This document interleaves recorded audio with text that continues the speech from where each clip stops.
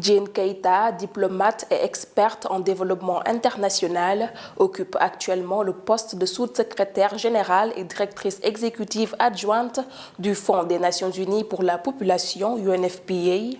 Reconnue pour son leadership dans les initiatives mondiales en matière de population et de développement, Madame Keita partage aujourd'hui son expertise sur les enjeux cruciaux pour l'Afrique, notamment en matière de gouvernance, de résilience économique, d'équité environnementale et de consolidation de la souveraineté. Madame Jane Keita, bienvenue sur Africa 24.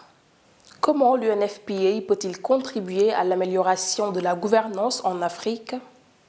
Le Fonds des Nations Unies pour la population a pour mandat, entre autres choses, de s'assurer que les pays aient les données fiables pour le développement socio-économique.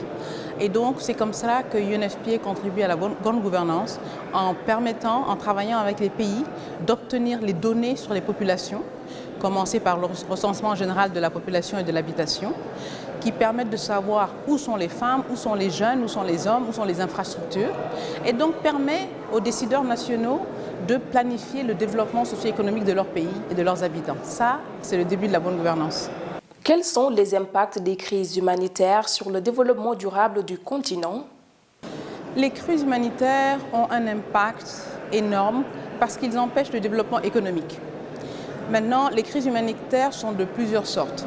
Les crises qui sont liées au conflit, bien entendu, sont désastreuses parce que c'est du fait de l'homme, si je puis dire. Et il y a les crises naturelles, les catastrophes naturelles, les débordements d'eau, les inondations, les tremblements de terre. Tout ceci a un impact. C'est pour ça que pour la bonne gouvernance et pour qu'il y ait résilience dans le pays, il faut absolument qu'il y ait planification, comment s'adapter au changement climatique, comment s'assurer que quand il y a crise, il y a les méthodes de survie et de résilience pour que le pays ne tombe pas tout entièrement. Quel rôle jouent les femmes et les jeunes dans la résilience économique et sociale ? Aussi bien les femmes que les jeunes sont présents partout dans la société. Elles gèrent des associations, elles sont journalistes comme vous, elles sont fonctionnaires publics comme moi. Donc il faut leur donner les opportunités qu'il y a aussi afin qu'elles puissent s'épanouir. Et les jeunes surtout, leurs associations, s'assurer de les financer. C'est important de donner des financements aux jeunes. UNFPA par exemple, nous donnons 40% de nos ressources aux associations de femmes et de jeunes pour s'assurer qu'ils puissent contribuer au développement de leur pays. Selon vous, quels sont les outils nécessaires pour renforcer l'équité dans l'utilisation des ressources naturelles ? L'équité dans l'utilisation des ressources naturelles, d'abord il faut les planifier. Il faut savoir là où elles sont. Il faut investir dans les capacités intellectuelles. Il faut qu'on ait des nationaux dans tous les pays qui font partie de ces domaines scientifiques, qui comprennent les ressources naturelles, comment les gérer et comment s'assurer qu'elles puissent se renouveler aussi pour celles qui sont renouvelables.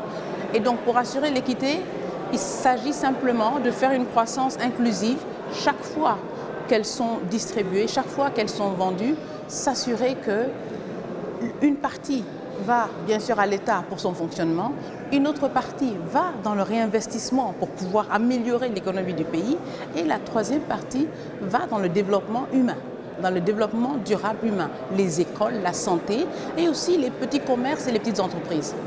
Madame Keita, comment l'ONU peut-elle appuyer l'Afrique dans la consolidation de sa souveraineté ? L'ONU appartient à l'Afrique, l'ONU appartient à ses États membres. Je crois que c'est ça qui est important de dire.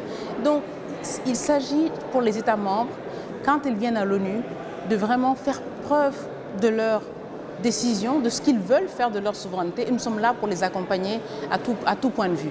Nous travaillons d'ailleurs en communion avec l'Union africaine aussi pour les politiques africaines, l'agenda 2063, qui communique très bien avec l'agenda 2030 des Nations Unies pour s'assurer justement non seulement de la souveraineté des États. Madame Jane Keita, merci d'avoir répondu aux questions d'Africa 24.